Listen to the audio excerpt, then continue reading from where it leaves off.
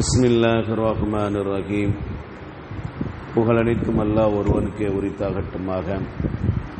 இறைவனின் சாந்தியும் சமாதானம் கண்மணி நாயகம் ரசூலுல்லாஹி ஸல்லல்லாஹு அலைஹி வஸல்லம் அவர்கள் மீதும், அன்னாரை பின்பற்றி வாழ்ந்த சத்திய சஹாபாக்கள், தாபீன்கள், தபஅ தாபீன்கள், வலிமார்கள், நாதாக்கள், சுஹதாக்கள், நம்மவர்கள், நம் குடும்பத்தினர்கள் அனைவர்கள் மீதும் என்றென்றும் குன்றாமல் குறையாமல் என்று நிலவட்டுமாக.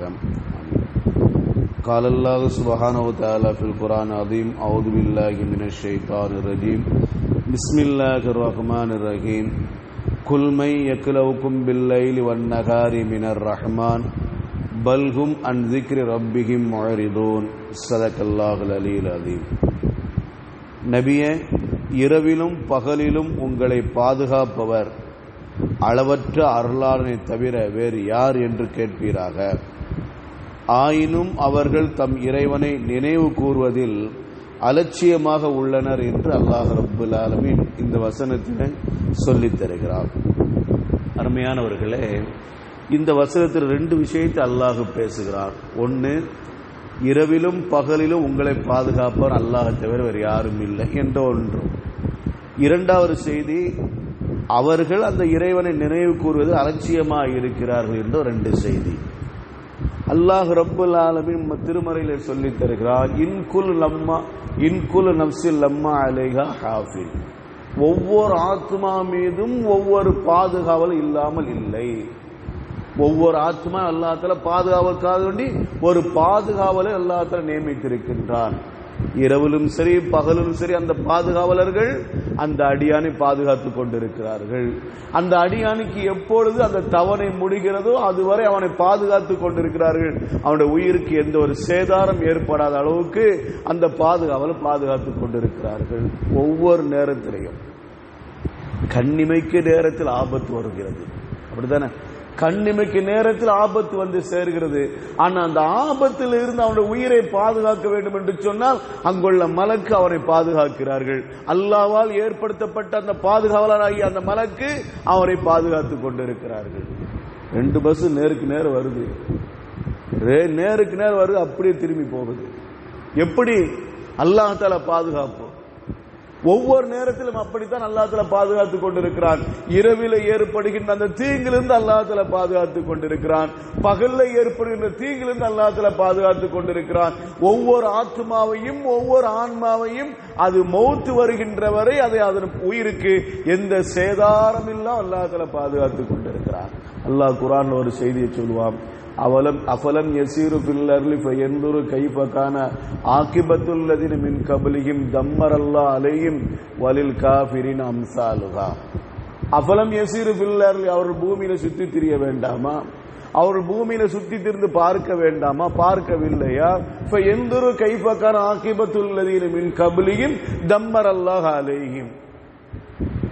அவர்களுக்கு முன்னால் உள்ளவர்கள் எப்படி அழிக்கப்பட்டார்கள் என்று அவர்கள் பார்க்கவில்லையா? இறை மறுப்பார் அப்படித்தான் அல்லாஹ் தஆலா அழித்தான்.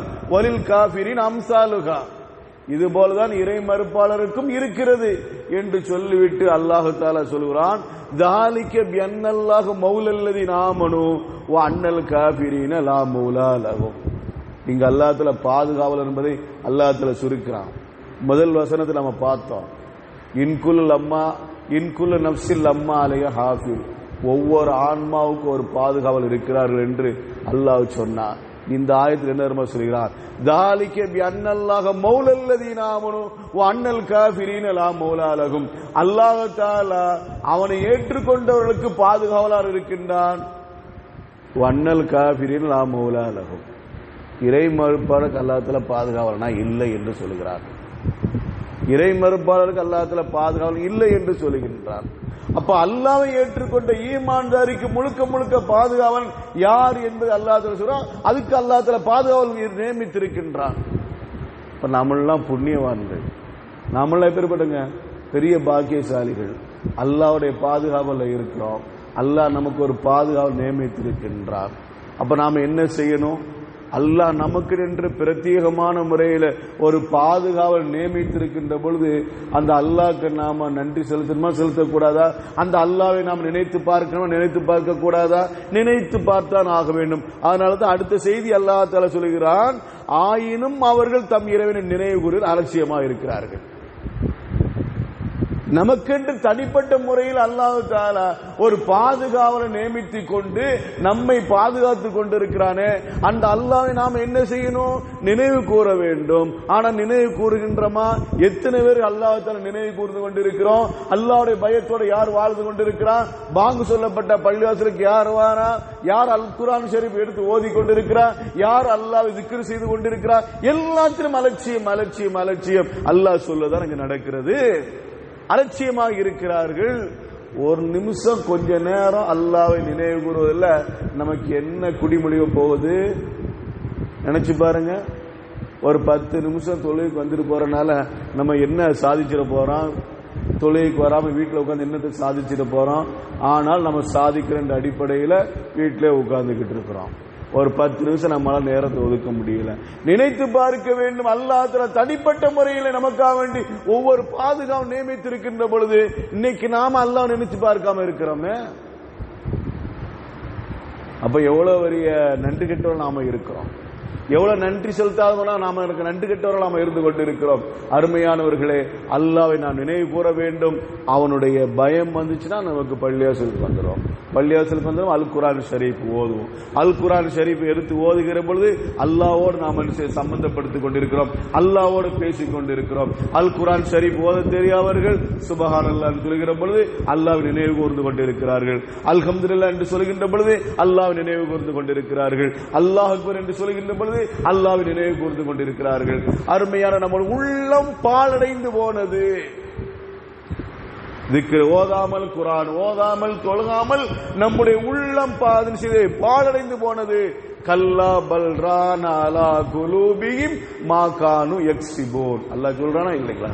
கல்லா, விஷயம் அவ்வாறல்ல, பல் மாறாக, ரான குலூபுகும், அவருடைய உள்ளம் பாழடைந்து போனது, கெட்டு போய்விட்டது. மா கானு யக்ஸிபூன், அவர்கள் என்ன சம்பாதித்துக் கொண்டிருந்தார்களோ அதன் மூலமாக அவருடைய உள்ளம் பாழடைந்து போனது. அப்ப உள்ளம் துருப்படைஞ்சு போன அந்த உள்ளத்தை, அந்த துருவ நீக்கிறதுக்கு என்ன? திக்ரு தான். நம்ம சட்டையில ஏற்பட்ட கரையை போக்குறதுக்கு சோப்பு போட்டுக்கிறோம். இரும்புல ஏற்பட்ட அந்த துருவ நீக்கிறதுக்கு அதை நம்ம தேய்ச்சி சுத்தப்படுத்திக்கிறோம். உள்ளத்தில் ஏற்பட்ட அந்த துரும்பு, அந்த உள்ளத்தில் ஏற்பட்ட அந்த துருவு, ராண துருவன்னு சொல்றான் அல்லாஹ். அந்த உள்ளத்தில் ஏற்பட்ட அந்த துருவ நீக்கணும்னு சொன்னா, நம்முடைய உள்ளம் சுத்தமானு சொன்னா திக்ருல்லாஹ், அல்லாஹ்வை திக்ர் செய்து மூலமாக நம்முடைய உள்ளம் சுத்தம் அடைகிறது. வசியாபக ஃபத்தாகீர், அல்லாஹ் குர்ஆன்ல சொல்றான், வசியாபக ஃபத்தாகீர், உங்களுடைய ஆடையை சுத்தப்படுத்திக் கொள்ளுங்கள். உங்களுடைய ஆடையை சுத்தப்படுத்திக் சொன்னா, ஆடையை சுத்தப்படுத்தாம நம்ம இருக்க மாட்டோம். அழுக்கான ஆடையை நம்ம அடுத்து போட்டுருவோமா? நம்ம அழுக்கான ஆடையை 2 பேர் மத்தியில் போட்டு போவோமா? அப்ப ஆடையை சுத்தப்படுத்த நோக்கம் என்னதான்? கல்பக்க ஃபத்தாகீர், உங்களுடைய உள்ளத்தை தூய்மைப்படுத்துங்கன்னு அர்த்தம். ஆடையை கொண்டு இங்க நோக்கம் உங்களுடைய உள்ளம். உள்ளத்தை தூய்மைப்படுத்துங்கள் என்று அல்லாஹ் தஆலா சொல்லி தருகிறான். உள்ளத்தை தூய்மைப்படுத்தக்கூடிய வழிகள் என்ன? அல்லாஹ்வை நினைவு கூறுவது, தொழுகைக்கு வருவது, குர்ஆன் ஷரீஃபை ஓதுவது, அல்லாஹ் சம்பந்தப்பட்ட வழியில் இருப்பதுதான் உள்ளத்தை தூய்மைப்படுத்துவது. ஆக இந்த ஆயத்து நமக்கு சொல்லித் தருகின்ற பாடம் என்ன தெரியுமா? அல்லாஹ்வை நாம் நினைத்து பார்க்க வேண்டும். அல்லாஹ்வை நினைக்கின்ற வழிகள் என்னென்ன இருக்கிறதோ அந்த வழிகளெல்லாம் நாம் என்ன செய்ய வேண்டும்? செல்ல வேண்டும் என்பதுதான் இந்த ஆயத்து நமக்கு சொல்லித் தருகின்ற மேலான பாடம். அல்லாஹ் ரப்புல் ஆலமீன் நம் அனைவருக்கும் கிருபை செய்வானாக. கேட்டபடி அமல் செய்யும் நசீபை நம் அனைவருக்கும் தந்தல் புரிவானாக. வாஹிரு தாவானா அனில் ஹம்துலில்லாஹி ரப்பில் ஆலமீன். சுப்ஹானல்லாஹி வ பிஹம்திஹி அதத ஹல்கிஹி வ ரிலா நஃப்ஸிஹி وزنة عرشه ومداد كلماته. سبحان الله وبحمده عدد خلقه ورضا نفسه وزنة عرشه ومداد كلماته.